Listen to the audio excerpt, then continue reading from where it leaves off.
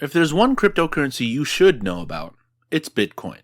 As the first cryptocurrency, Bitcoin has become the most valuable and commonly held among the thousands of cryptocurrencies that have since been created. Its rise in value and popularity has been steady, if not without its ups and downs. In this video, we will be going through everything you need to know about the world's most well-known and established cryptocurrency. Bitcoin is a decentralized digital currency created in January 2009. It follows the ideas set out in a white paper by the mysterious and pseudonymous Satoshi Nakamoto. The identity of the person or persons who created the technology is still a mystery. Bitcoin offers the promise of lower transaction fees than traditional online payment mechanisms do, and unlike government-issued currencies, it is operated by a decentralized authority. Bitcoin is known as a type of cryptocurrency because it uses cryptography to keep it secure. There are no physical bitcoins, only balances kept on a public ledger that everyone has transparent access to, although each record is encrypted. All Bitcoin transactions are verified by a massive amount of computing power via a process known as mining. Bitcoin is not issued or backed by any banks or governments, nor is any individual Bitcoin valuable as a commodity. Despite it not being legal tender in most parts of the world, Bitcoin is very popular and has triggered the launch of hundreds of other cryptocurrencies, collectively referred to as altcoins. Bitcoin is commonly abbreviated as BTC when traded. Launched in 2009, Bitcoin is the world's largest cryptocurrency by market capitalization. Unlike fiat currency, Bitcoin is created, distributed, traded, and stored with the use of a decentralized ledger system known as blockchain. Bitcoin's history as a store of value has been turbulent. It has gone through several cycles of boom and bust over its relatively short lifespan. As the earliest virtual currency to meet widespread popularity and success, Bitcoin has inspired a host of other cryptocurrencies in its wake. The Bitcoin system is a collection of computers, also referred to as nodes or miners, that all run Bitcoin's code and store its blockchain. Figuratively speaking, a blockchain can be thought of as a collection of blocks, and each block is a collection of transactions. Because all the computers running the blockchain have the same list of blocks and transactions and can transparently see these new blocks as they're filled with new Bitcoin transactions,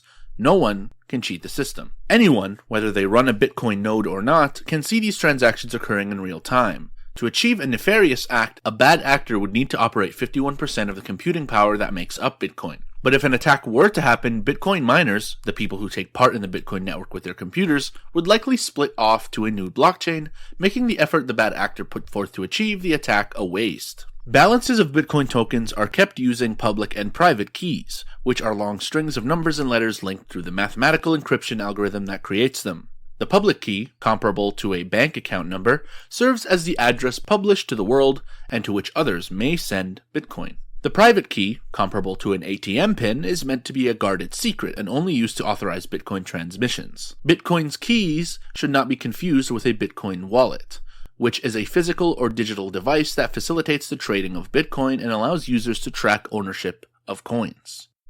The term wallet is a bit misleading because Bitcoin's decentralized nature means it is never stored in a wallet, but rather distributed on a blockchain. Bitcoin is one of the first digital currencies to use peer-to-peer technology to facilitate instant payments.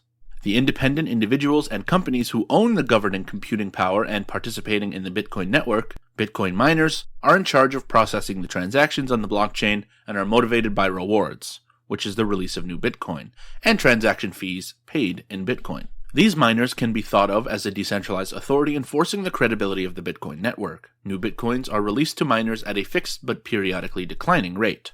There are only 21 million Bitcoins that can be mined in total. In this way, Bitcoin and other cryptocurrencies operate differently from fiat currency. In centralized banking systems, the currency is created at a rate matching the growth of the economy. This system is intended to maintain price stability. A decentralized system like Bitcoin sets the release date ahead of time and according to an algorithm. Bitcoin mining is the process by which Bitcoin is released into circulation. Generally, mining requires solving computationally difficult puzzles to discover a new block, which is added to the blockchain. Bitcoin mining adds and verifies transaction records across the network. Miners are rewarded with some Bitcoin, the reward is halved every 21,000 blocks, and the block reward was 50 new Bitcoins in 2009. On May 11, 2020, the third halving occurred, bringing the reward for each block discovery down to 6.25 Bitcoins. A variety of hardware can be used to mine Bitcoin. However, some yield higher rewards than others. certain computer chips called application-specific integrated circuits, or ASICs, and more advanced processing units, such as graphic processing units, or GPUs, can achieve more rewards. These elaborate mining processors are known as the mining rigs. 1 Bitcoin is divisible to 8 decimal places, 100 millionths of 1 Bitcoin, and this smallest unit is referred to as a Satoshi 0.6 if necessary. And if the participating miners can accept the challenge, Bitcoin could eventually be made divisible to even more decimal places. No one knows who invented Bitcoin, or at least not conclusively. Satoshi Nakamoto is a name associated with the person or group of people who released the original Bitcoin white paper in 2008 and worked on the original Bitcoin software that was released in 2009. In the years since, many individuals have either claimed to be or been rumored to be the real-life people behind the pseudonym, but as of today, the true identity or identities of Satoshi Nakamoto remains obscured. Although it is tempting to believe the media's spin that Satoshi Nakamoto is a solitary, quixotic genius who created Bitcoin out of thin air, such innovations do not typically happen in a vacuum. All major scientific discoveries, no matter how seemingly original, were built on previously existing research. There are precursors to Bitcoin. Adam Back's Hashcash, invented in 1997, and subsequently Wei Daibi's Money, Nick Szabo's BitGold, and Hal Finney's reusable proof of work. The Bitcoin white paper itself makes reference to Hashcash and B-Money, as well as various other works spanning several research fields. Perhaps unsurprisingly, many of the individuals behind the other projects named above have been speculated to have also had a hand in creating Bitcoin. There are also a few possible motivations for Bitcoin's inventor to keep their identity secret. One is privacy. As Bitcoin has gained in popularity, becoming something of a worldwide phenomenon, Satoshi Nakamoto would likely garner a lot of attention from the media and governments. Another reason could be the potential for Bitcoin to cause a major disruption in the current banking and monetary systems. If Bitcoin were to gain mass adoption, the system could surpass nations' sovereign fiat currencies. This threat to existing currency could motivate governments to want to take legal action against Bitcoin's creator. The other reason is safety. Looking at 2009 alone, 32,490 blocks were mined, at the reward rate of 50 Bitcoin per block. The total payout in 2009 was 1,624,500 Bitcoin, 0.9. One may conclude that only Satoshi and perhaps a few other people were mining through 2009 and that they possess a majority of that stash of Bitcoin. Someone in possession of that much Bitcoin could become a target of criminals, especially considering that Bitcoin is less like stocks and more like cash, wherein the private keys needed to authorize spending could be printed out and literally kept under a mattress. Though it's likely the inventor of Bitcoin would take precautions to make any extortion-induced transfers traceable, remaining anonymous is a good way for Satoshi Nakamoto to limit exposure. Bitcoin can be accepted as a means of payment for products sold or services provided. Brick-and-mortar stores can display a sign saying, "Bitcoin accepted here," and the transactions can be handled with the requisite hardware terminal or wallet address through QR codes and touchscreen apps. An online business can easily accept Bitcoin by adding this payment option to its other online payment options, credit cards, PayPal, etc. El Salvador actually became the first country to officially adopt Bitcoin as legal tender in June 2021. Those who are self-employed can get paid for a job related to Bitcoin. There are several ways to achieve this, such as creating any internet service and adding your Bitcoin wallet's address to the site as a form of payment. Many Bitcoin supporters believe that digital currency is the future. Many individuals who endorse Bitcoin believe it facilitates a much faster, low-fee payment system for transactions across the globe.